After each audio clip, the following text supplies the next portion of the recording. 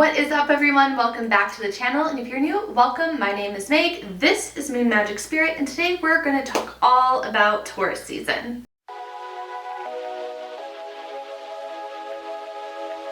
Taurus season is upon us. This is an invitation for us to kind of slow down and sink into comfort and kind of evaluate what's been going on since the start of this year. There has been a lot of planetary action. We had a Mars retrograde, Venus retrograde quite literally just ended, Mercury retrograde just ended, so there was a lot going on, a lot of icky, sticky, yucky feelings. So hopefully now as we enter Taurus season and Venus ruling Taurus, we can kind of like chill for a little bit.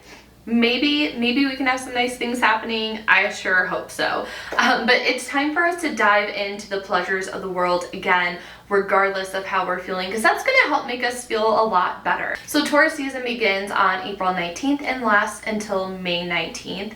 And this is the first Earth sign of this astrological new year. We kind of are moving through our first with our signs here. So if Aries season was kind of like this feeling of a start, of an initiation, Taurus is like this grounding force that's really going to encourage us to build something that is lasting, something that you truly, something to really help you enjoy the experience of being alive. Now, when it comes to Taurus's ruling planet, we have beautiful Venus, j'adore, ready to enter into this Venus energy after it was just retrograde. But it is the planet of love, of beauty, of desire, of finances, of passion. And in that sense, there's also like creativity and like emotional healing that's involved in Venus. So Venus has a lot of going on. The main thing is that Venus really teaches us the art of pleasure and indulging and like giving ourselves permission to indulge in self-care and not feel guilty about it. I know that there's so many of us out there that feel bad about taking time for ourselves, and things feel really difficult and really stressful, and there's a lot of horrors going around, so it's kind of like hard to imagine taking care of yourself or like treating yourself to something nice when so many bad things are happening. But the key to that is to be able to restore ourselves. We have to be able to pour into ourselves as well and recognize that we are worthy of self-care. Like we are worthy of taking some time out to pause and find some pleasure and enjoyment. Like that is the key to staying good. So this Taurus season, I would really love for you to focus on really treating yourself to some self-care and not feeling guilty about it. So Venus teaches us the art of pleasure, appreciation, and value. So it's appreciating that self-care. It's finding the value in it as well.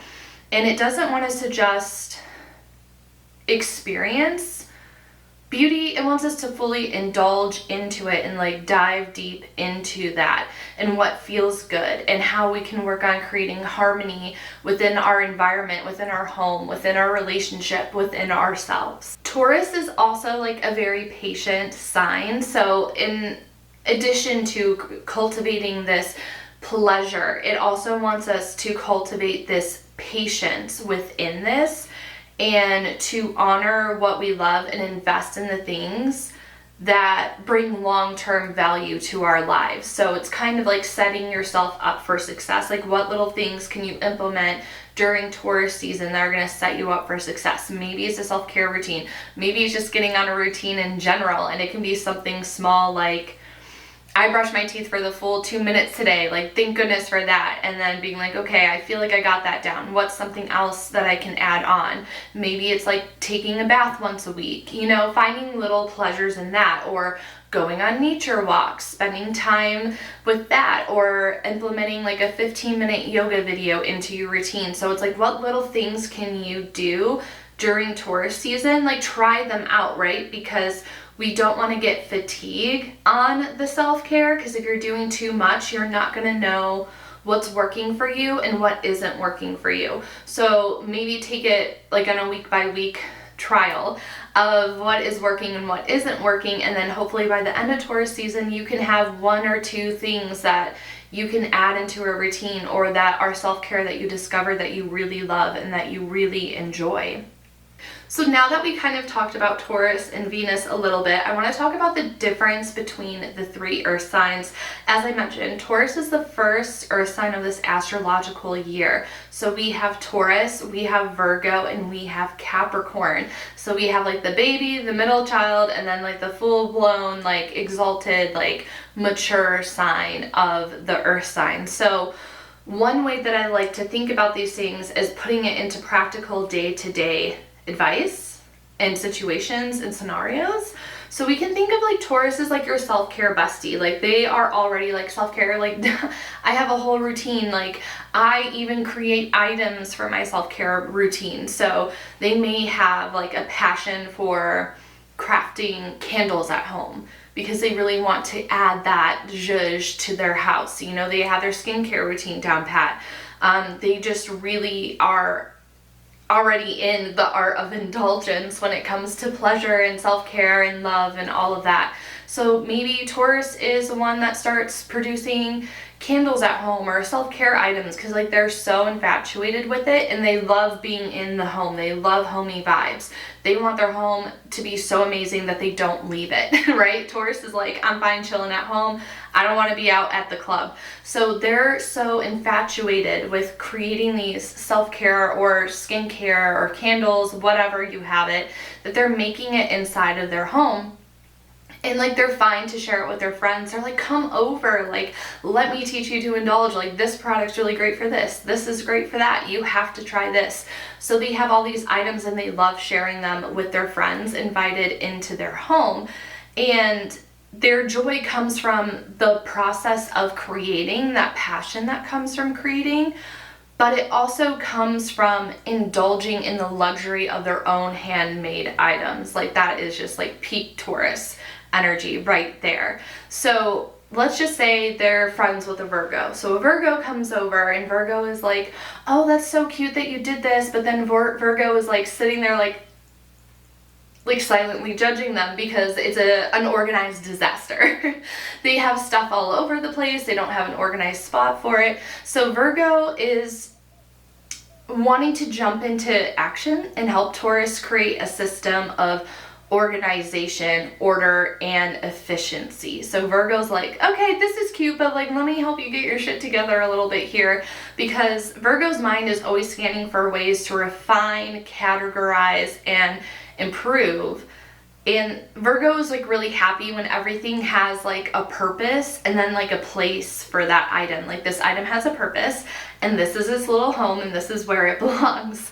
So Virgo is like, they're helping you organize it all. And then Capricorn walks in and Capricorn is like, this is so great, but like, why aren't we doing more of this? Like, let's expand. Like, why are you just doing this in your house? Like, let's make a storefront of it. Let's sell it online. Like, let's get it out into the world, because the third sign is always about the ultimate expansion of that. So Capricorn is there envisioning like a one-stop shop of self-care, like a place where these handmade indulgences are available to the world for anyone to purchase, not just Taurus's close besties. Capricorn is always thinking about long-term expansion. They're like, how can we get this out to people? How can we further expand this brand? What else can we do with it? Let's do some sustainable scaling with this. So while Taurus roots itself in pleasure and creating these things, and Virgo prides itself in its organization skills, Capricorn is going to reach the highest of peaks and doing like the most with those products, showing that while earth signs share an element, they all have their own unique abilities and identities that they bring to the table. And that's what I love about astrology so much, is that you may share an element sign with someone, but there's so many vast differences and intricacies between them all. So I hope that that gives you a better idea of like the difference between Taurus, Virgo, and Capricorn, and how they are all an earth sign, but all so different, but also work together at the same time. So some exciting astrological happenings is that Venus is direct. So if the last like 2 months, because Venus is like 40 days and 40 nights, y'all. I know everyone makes like the reference to the Bible, but like as a millennial, like I think of the movie 40 Days and 40 Nights whenever I hear that. But if it felt like a romantic fever dream or just like a crash out, or like you've been feeling like so confused and like kind of spiraling, like you're not alone. There's a lot of other things going into the confusion.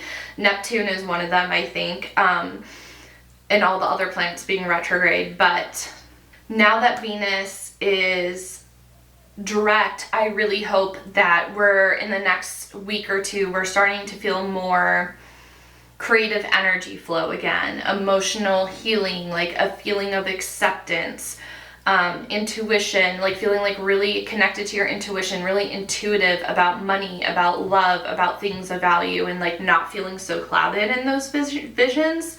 So it's a really great time to start a new project, especially if there's something especially if there's something creative that you've been wanting to get involved in. If you're feeling that spark, lean into it. It's a great time to start a new project.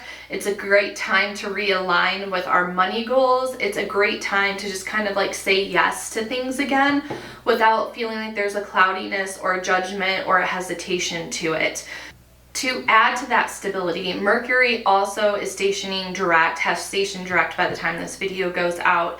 And it's kind of like after a period of like communication mishaps, financial reassessment, and like this like the beginning of the year was just really about a lot of deep reflection and maybe questioning things.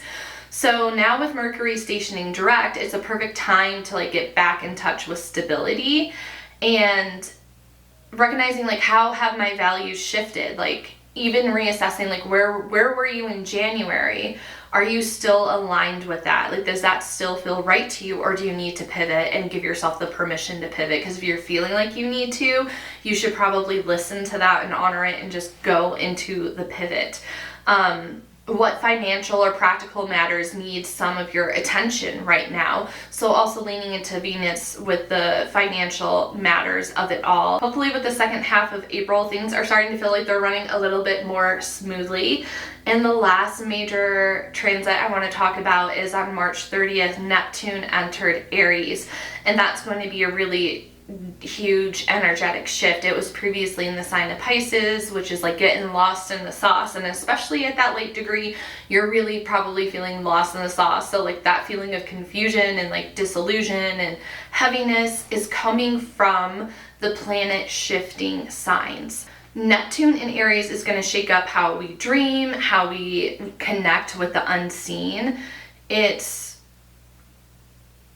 Neptune in its nature is boundary dissolving. It's like we don't know boundaries here. So meeting with like Aries impulsiveness, it's going to bring a new approach to your intuition and how you're connecting it to your spirituality, to even like your dreams. And how is this influence going to impact us as a collective? What it needs to be burned away to reveal deeper truth. So it's going to be really interesting to see how Neptune in Aries plays itself out the rest of this year as it enters this new sign.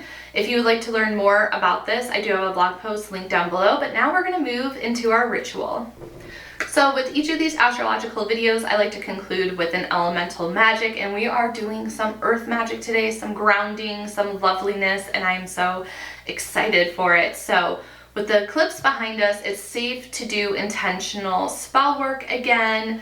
And I recently planted 3 new trees at my house, so it's going to be very like literal nature grounding, literal earth magic that we're doing.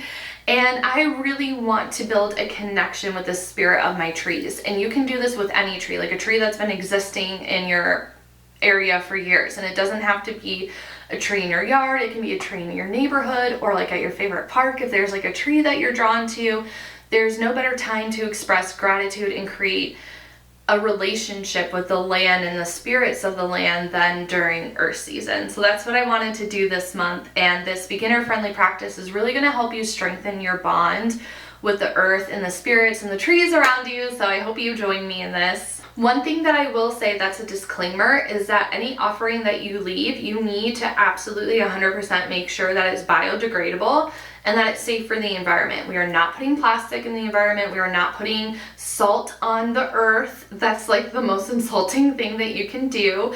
And you also really want to make sure if you're going to use herbs as an offering, you need to make sure that they're non-invasive and that they're natural to the habitat that you live in, because you don't want to drop not like an invasive like herb that isn't, you know, meant to be in that environment into your environment. So we're going to make it nice and easy for you, because it can be a little daunting to do all this research on plants and what's great for the environment or not. So the best thing is to simple it down, and the best offering that you can give is some water. Aside from water, other natural offerings that you can give, and it's just like whatever speaks to you the most, right? Like let your intuition guide you, like what feels good. So non-invasive dried flowers, nuts, seeds, unsalted bread, fresh herbs that are not invasive. So I cannot emphasize enough to research native flowers, herbs, and vegetation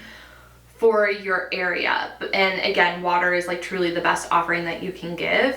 And you just need like a moment of quiet and presence. That's all that you need for this ritual. It's so simple. And before you start this process, you just want to sit in front of the tree and like settle into the earth and like feel like your imagine roots growing out of you, connecting you to the earth, and just feeling really settled into the place.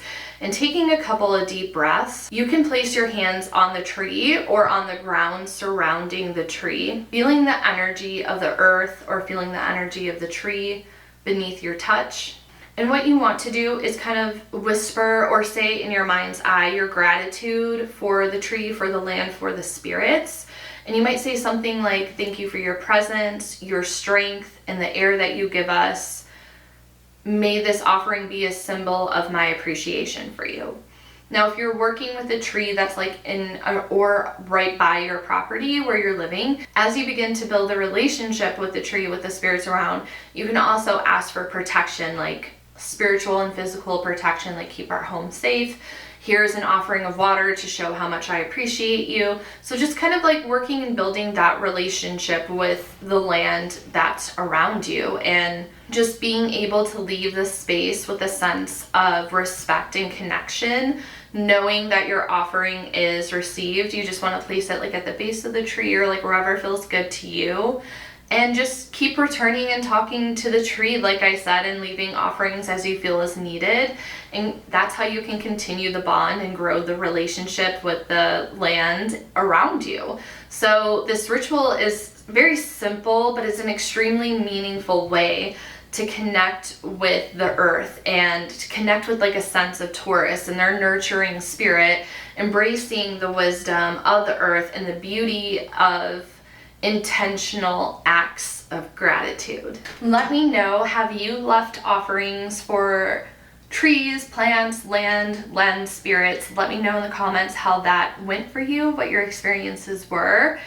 And yeah, I hope you enjoyed this video. Don't forget to take some deep breaths, some time, a moment for yourself this Taurus season to ground yourself in the beauty of the present moment. And thank you so much for your time and energy in this video. Be sure to subscribe so you don't miss out on future videos, and I will see you in the next one. Bye everyone.